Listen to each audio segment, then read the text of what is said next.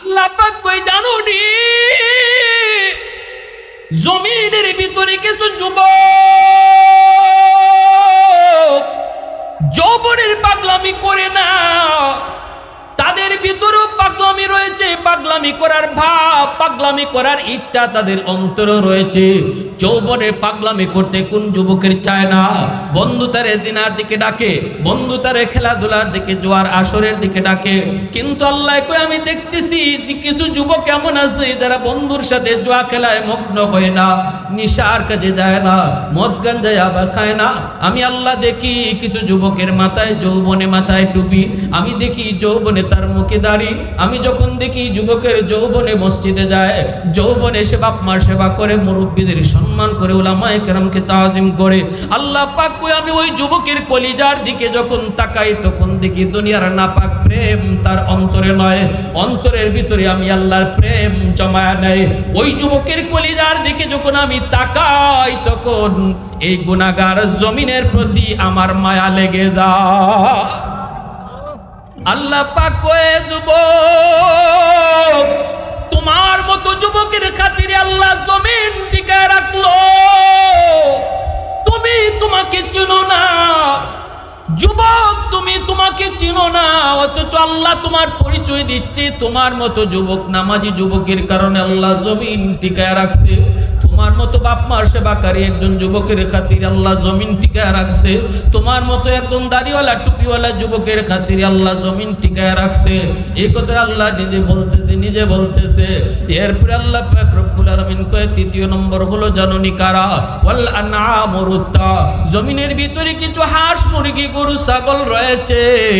যদি জমিনের মধ্যে আমি আল্লাহ গজব দেই, গজব যখন জুলুম দেখি, জালেমের জুলুম দেখি, আমি আল্লাহ এর প্রতিশোধ নিতে চাই।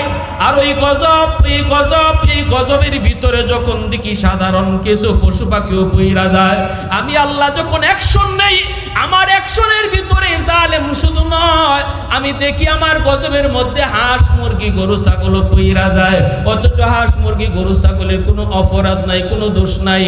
এই গরু ছাগল হাঁস মুরগি পশু পাখিগুলা যখন কান্না করে, তাদের কান্নার দিকে তাকাইলো এই জমিনের প্রতি আমি আল্লাহর মায়া লাগে, সাথে সাথে আমি আমার গজবটারে আটকায় দেই, আমার রহমত গজবের আগে দেয়া চইলা যায়। আল্লাহ কই তিন নাম্বার জানুনি ওয়াল আতফালু রুদ্দা, আমি যখন জমিনের মধ্যে গজব পাঠাইবার সিদ্ধান্ত নেই, তখন চায় দেখি ওই বাবা ওই ভাই যাদের অপরাধের কারণে জমিনে গজব আসতে চায়, গজব পাঠাইতে চায়, ওই ঘরের মধ্যে কিছু শিশু বাচ্চা আছে যাদের কোনো দোষ নাই, অপরাধ নাই। দোষ করছে এই ঘরে তার মায়, দোষ করছে এই ঘরে তার বাপে, দোষ করছে এই ঘরে তার ভাইয়ে, দোষ করছে এই ঘরে তার বোনে, কিন্তু শিশু বাচ্চাটার কোনো দোষ নাই, অপরাধ নাই। আল্লাহ পাক রব্বুল আলামিন কয় যখন আমি শিশু বাচ্চাগুলোর দিকে যখন তাকাই, এরা তো নিষ্পাপ, এরা তো অবুঝ। আজকে এই যে উত্তরা মাইলস্টোনে হামলা হলো, দুর্ঘটনা ঘটলো, অধিকাংশই এমন নিষ্পাপ অবুঝ। আল্লাহ কই অবুঝ বাচ্চাগুলার খাতিরে আমি আল্লাহ জমিন টিকায় রাখছি। তোমার মতো নাফরমানকে আমি আল্লাহ রিজিক আটকায়া তোমারে ধ্বংস করে দিতাম, তোমার মতো জালেমকে আমি আল্লাহ গজব দিয়া ধ্বংস করে দিতাম, কিন্তু তোমার ঘরে রিজিক পাঠাই ওই শিশু বাচ্চাটার খাতিরে। একটা শিশু আছে তোমার ঘরে, এই শিশুটার ওসিলায় আমি আল্লাহ তোমার মতো জালেমরে খাওয়াই। আপনার স্ত্রীর জীবন বাঁচানোর জন্য, সুস্থ করার জন্য, বাবা সন্তানকে সুস্থ করানোর জন্য এই টেস্ট করাইতে যায়, যদি তার গরু বেচন লাগে গরু বেচে, জায়গা বেচন লাগে জায়গা বেচে, জমি ব্যস্ত হয়ে জমি বেচে, তুমি যা খুশি তা করো, ডাক্তারের কিছু আসে যায় না, তার দরকার হলো টেস্টের পার্সেন্টেজ। বলুন দেখি এমন ডাক্তারকে ডাক্তার কইবেন নাকি ডাকাইত কইবেন? ডাকাত। তুমি ডাক্তার হয়েছো, মানুষ হতে পারো নাই, কারণ হলো দিলের ভিতরে আল্লাহর ভয় নাই, তোমার মধ্যে কোরআনের শিক্ষা নাই।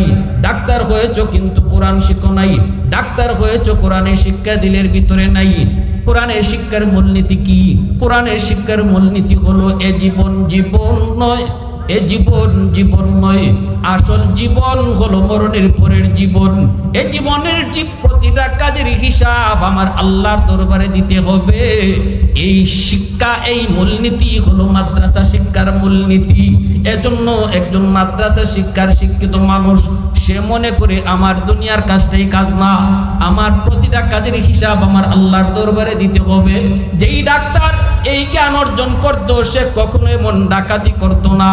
ইঞ্জিনিয়ার হইছে, কিন্তু আমরা দেখি ইঞ্জিনিয়ার হইছে কোরআন শিখে নাই, কোরআনের দ্বারে কাছে যায় নাই, কোরআনের বিদ্যা অর্জন করে নাই, এজন্য ইঞ্জিনিয়ার হইও সে মানুষ হতে পারে নাই। কালভার্ট বানাইতে যাইয়া রড না দিয়া বাঁশ ঢুকায়া দিছে। এমন রিপোর্ট আছে না নাই? আরো জোরে কোন আছে না নাই? মানুষ মরলো তো ইঞ্জিনিয়ার কি হইলো? দেখো আমার দরকার আছিল টাকা, আমি আমার টাকা পেয়ে গেছি, যথেষ্ট। মানুষ মরুক আর থাকুক। এবার বলুন যে ইঞ্জিনিয়ার ব্রিজ বানাইতে গিয়া রড না দিয়া বাঁশ দেয়, আর মানুষ মরে আর মানুষ কান্না করে আর মানুষ জীবন দেয়, এই ইঞ্জিনিয়ারকেও আপনারা মানুষ কইবেন? আওয়াজ দিয়ে বলেন। আর রহমান আল্লামাল কুরআন খালাকাল ইনসান। এজন্য ভাইরা বন্ধুরা একটু খেয়াল করে শুনো, আল্লাহ পাক রব্বুল আলামিন বলে, এ দুনিয়ার মানুষেরা শোনো, চোখ কান দুইটা চোখ থাকলেই মানুষ হয় না, দুটা কান থাকলেই মানুষ হয় না, দুটা হাত পা থাকলে মানুষ হয় না। ওয়ালাকাদ যারানা লিজাহান্নামা কাসীরাম মিনাল জিন্নি ওয়াল ইনস লাহুম কুলুবুল লা ইয়াফকাহুনা বিহা ওয়া লাহুম আ'য়ুনুন লা ইউবসিরুনা বিহা ওয়া লাহুম আযানুন লা ইয়াসমাউনা বিহা উলাইকা কাল আনআম বাল হুম আদাল। আল্লাহ পাক রব্বুল আলামিন বলেন, জানোনি আমি মানুষ এবং জিন জাতির ভিতরে কিছু মানুষ আর জিনকে শুধুই জাহান্নামের জন্য সৃষ্টি করেছি। এদেরকে আমি আল্লাহ দুইটা চোখ দিয়েছি, কিন্তু চোখ দিয়ে যা দেখার কথা তা দেখে না, কান দিয়েছি কিন্তু কান দিয়ে যা শোনার কথা তা শুনে না। আমি আল্লাহ তাদেরকে কল্প দিয়েছি চিন্তা করার জন্য, কিন্তু যা চিন্তা করার তা তারা করে না। এজন্য চোখ কান হাত মুখ থাকার পরও এরা মানুষ না। আল্লাহ বলে, উলাইকা কাল আনআম, এরা চতুষ্প জন্তুর মতো। একটা চতুষ্প জন্তু যেমন হালাল হারাম বুঝে না, একটা গরুর জন্য যেমন হালাল নাই হারাম নাই, ছাগলের জন্য যেমন জায়েজ নাই না জায়েজ নাই, কুকুরের জন্য যেমন বৈধ নাই অবৈধ নাই। আল্লাহ বলেন যে মানুষগুলা তার জীবনে হালাল হারাম চিনল না, বুঝলো না, জায়েজ না জায়েজের ধার ধারলো না, বৈধ অবৈধ বুঝলো না, কোন জিনিস খাওয়া যাবে, কার সাথে ঘুমানো যাবে, কার সাথে দেখা করা যাবে, কি কাজ করা যাবে, এক ধারে কাছেও যে গেল না। মন যেভাবে চায় সেভাবেই চললো, যা খাইতে চায় তাই খাইলো, যা শুনতে মন চায় তাই শুনলো, যার সাথে রাত কাটাইতে মন চায় তার সাথেই রাত কাটাইলো। আল্লাহ বলেন এদের জীবন আর গরু ছাগলের জীবনে কোনো তফাৎ না। এ জিন্দা ফকত ওয়াহদতে আফকার সে মিল্লাত, এ জিন্দা ফকত ওয়াহদতে আফকার সে মিল্লাত, ওয়াহদত হু ফনা জিসসে ও ইলহাম বে ইলহাদ, ওয়াহদত কি হিফাজত नहीं बेक़ुव्वत बाज़ू, वहदत की हिफाजत नहीं बेक़ुव्वत बाज़ू, आती नहीं कुछ कामी हाक़ले खुदा दाद, ऐ मर्द खुदा तुझको क़ुव्वत नहीं हासिल, जा बैठ किसी गार में अल्लाह को करिया, जा बैठ किसी गार में अल्लाह को करिया, ये सच है कि बातिल की तरफदार नहीं हम, गद्दार न समझो हमें गद्दार नहीं हम, गद्दार न समझो हमें गद्दार नहीं हम, फूलों की तरह नरम मिजाज अपना नज़र, हम तीरी नहीं नेज़ा व तलवार नहीं हाँ, हम तीरी नहीं नेज़ा व तलवार नहीं हाँ। मुसलमानेर आवाज़े कोन अल्लाहु আকবার, आरो जोरे अल्लाहु আকবার। একটু আওয়াজ দিয়ে জবান খুলে মহব্বতের সাথে লা ইলাহা ইল্লাল্লাহ, সবাই ইনশাআল্লাহ।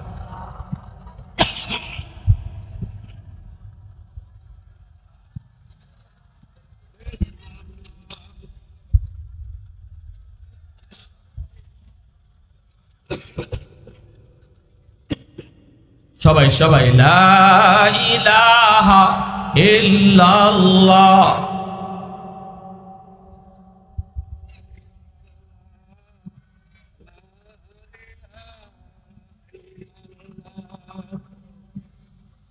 লা ইলাহা ইল্লাল্লাহ।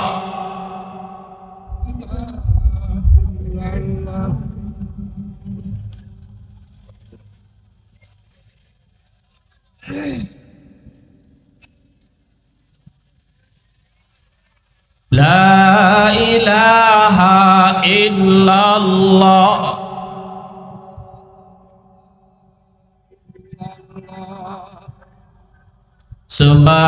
সুবহানাল্লাহ ওয়ালহামদুলিল্লাহ।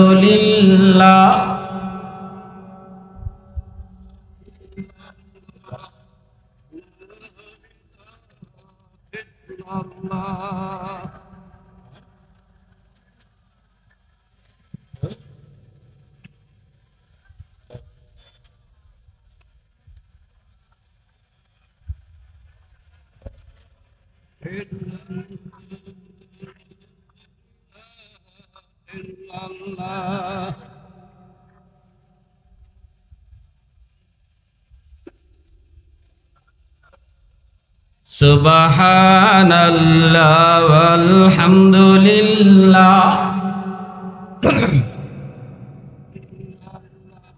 সুবহানাল্লাহ ওয়ালহামদুলিল্লাহ।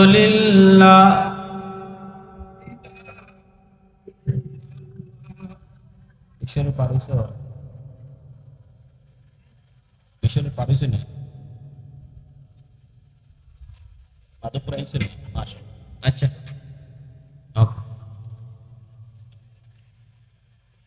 আলহামদুলিল্লাহ, মাধবপুরে চলে আসছেন, বলি আলহামদুলিল্লাহ।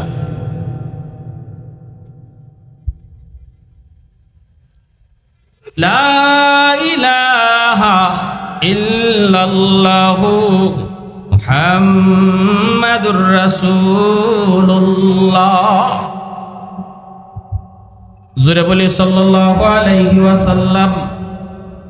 তাহলে মাদ্রাসা আমার আপনার সন্তানকে মানুষের সন্তান বানায়। জোরে বলেন ঠিক কিনা? ডাক্তার বানাইবেন তো পরে, আগে তো মানুষ বানাইতে হইব।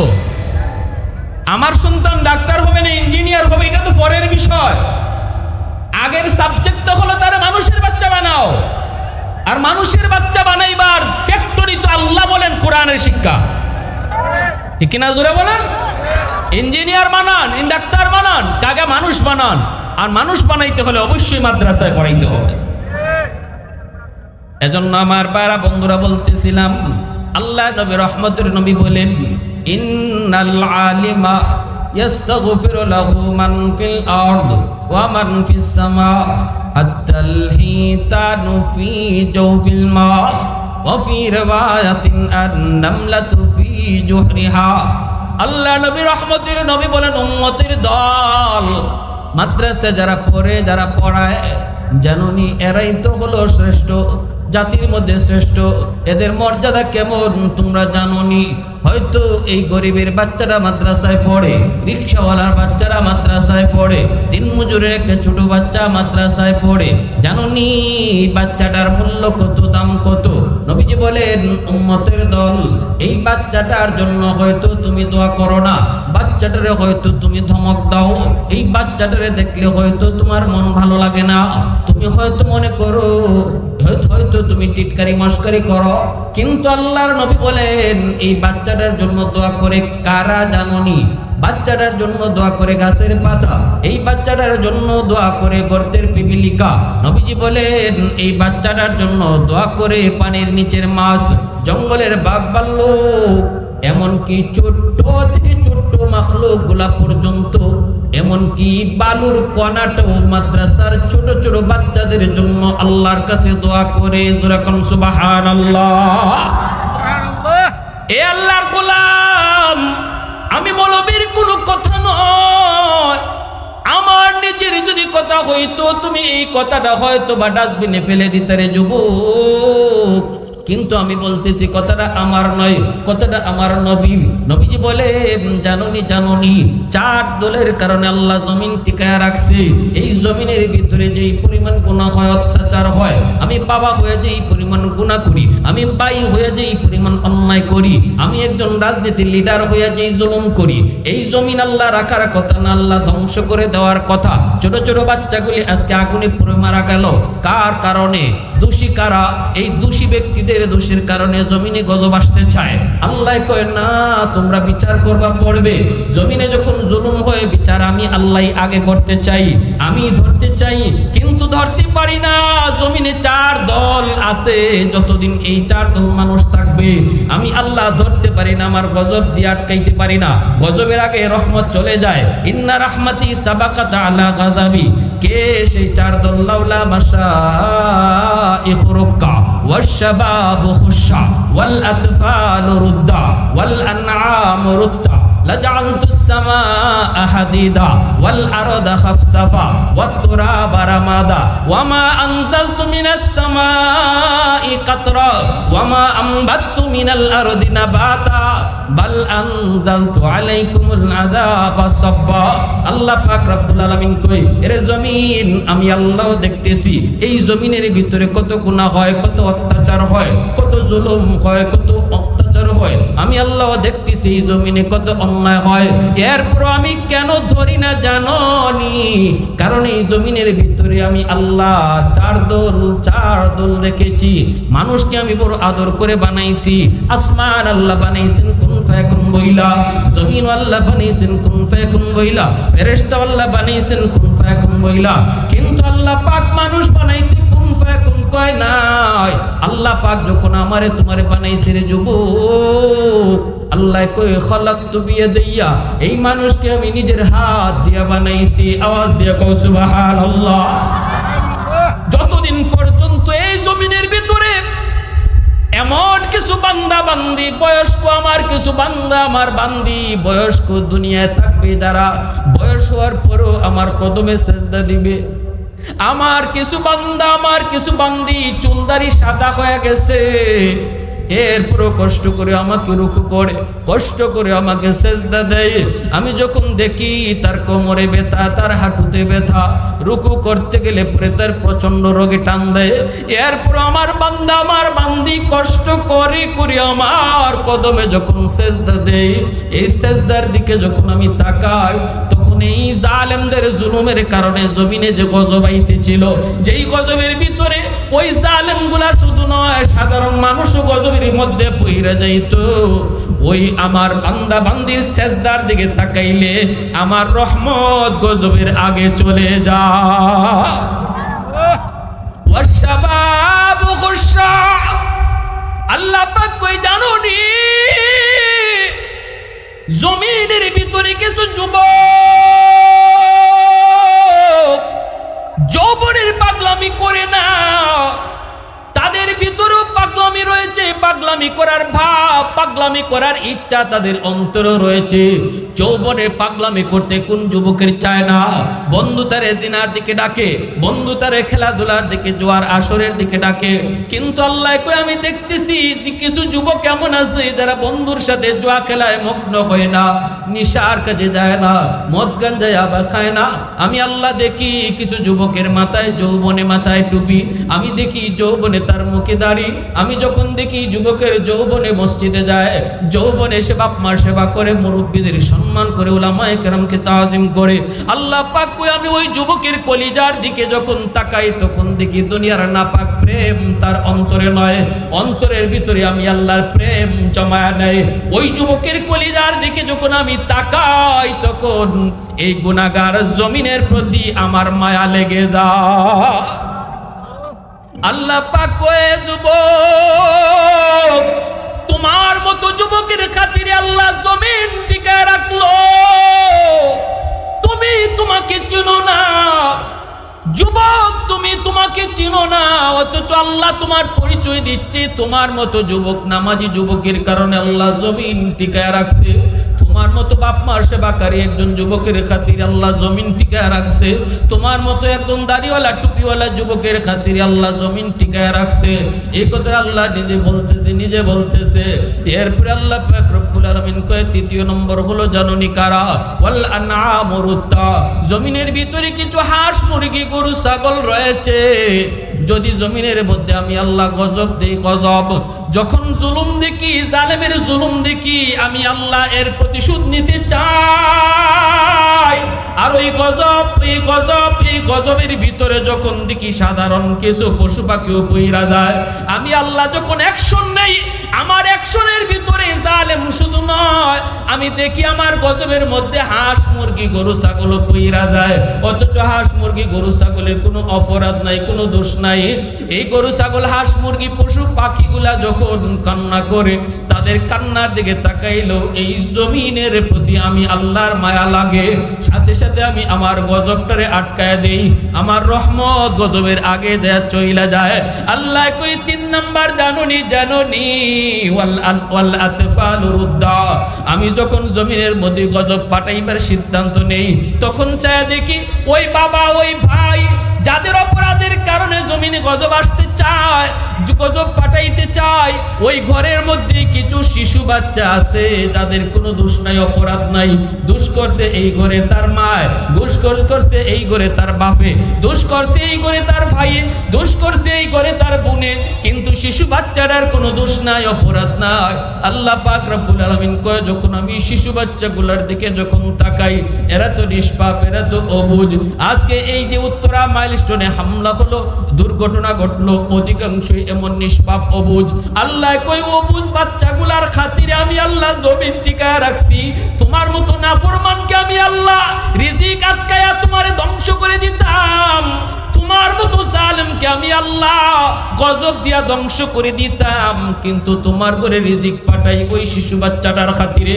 একটা শিশু আছে তোমার ঘরে, এই শিশুটার ওসিলায় আমি আল্লাহ তোমার মতো জালেমরে খাওয়াই। আল্লাহু আকবার, জোরে কও।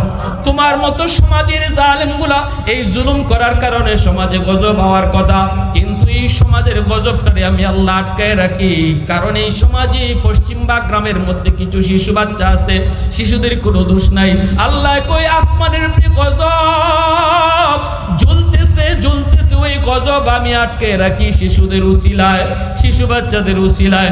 আজকে অবশ্যই শিশু ফুলের মতো প্রাণগুলো ঝরে গেল, এই শিশু বাচ্চাগুলার খাতিরে আল্লাহ পাক জমিন টিকায় রাখছে, জমিন টিকায় রাখছে। রব্বুল আলামিন হাদিসে কুদসিতে কয়, এই 4 দল যদি জমিনে না থাকতো, যদি 4 দল না থাকতো, লাজালতুস সামাআ হাদিদা, আমি আল্লাহ আসমানকে লোহা বানাই দিতাম। ওয়াল আরদা খাফসাফা ওয়াত তুরাবা রামাদা, জমিনটারে আমি আল্লাহ তামা বানাই দিতাম, তামা। ওয়াল আরদা খাফসাফা ওয়াত তুরাবা রামাদা ওয়া মা আনজালতু মিনাস সামাই কাতরা, রহমতের এক ফোঁটা বৃষ্টি আমি জমিনে দিতাম না। আল্লাহর গুসার কথা আল্লাহ কয়, আমি আল্লাহ কেমন গুসা, আমার কি পরিমাণ গুসা শুনো। যদি জমিনের ভিতরে আমার কিছু এমন মায়ার বান্দা বান্দিগুলা না থাকতো, তাহলে আসমান আমি লোহা বানায় দিতাম, জমিন আমি তামা বানায় দিতাম, রহমতের এক ফোঁটা বৃষ্টি জমিনে নাজিল হতো না।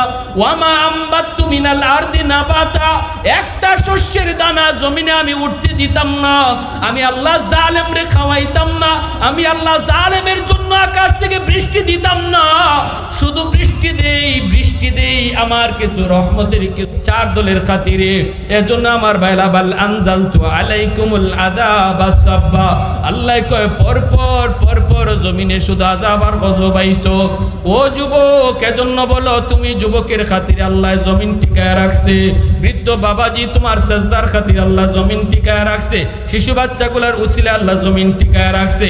আজও মুরব্বী বাবাজি আল্লাহর কদমে সেজদা দেয়, যুবক এখনো মাথায় টুপি পরে মুখে দাড়ি রাখে, একমাত্র উলামায়ে কেরামের হরকতে আর নরকতে, একমাত্র উলামায়ে কেরামের খেদমতে, একমাত্র মাদ্রাসার খেদমতে।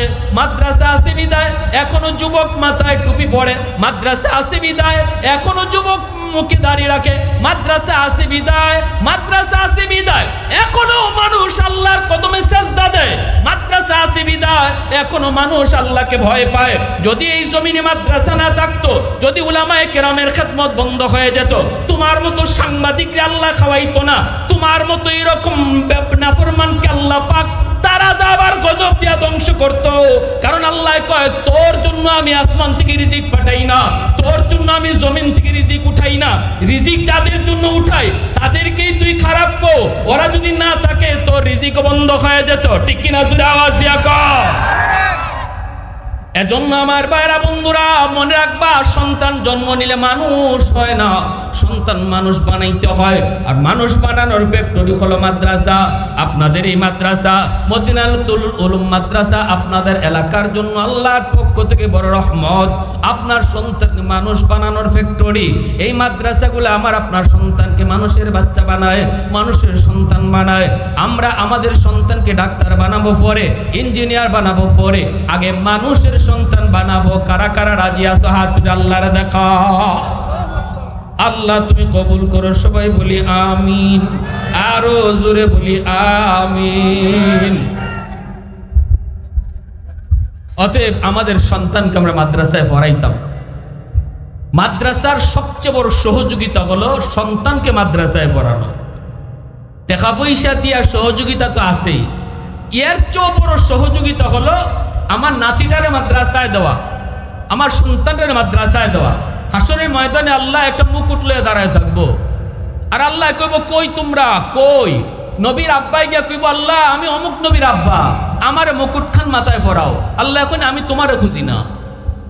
আরেকজনে গিয়া কইব, আল্লাহ আমি অমুক নবীর আম্মা, আল্লাহ এখন আমি তোমারেও খুঁজি না।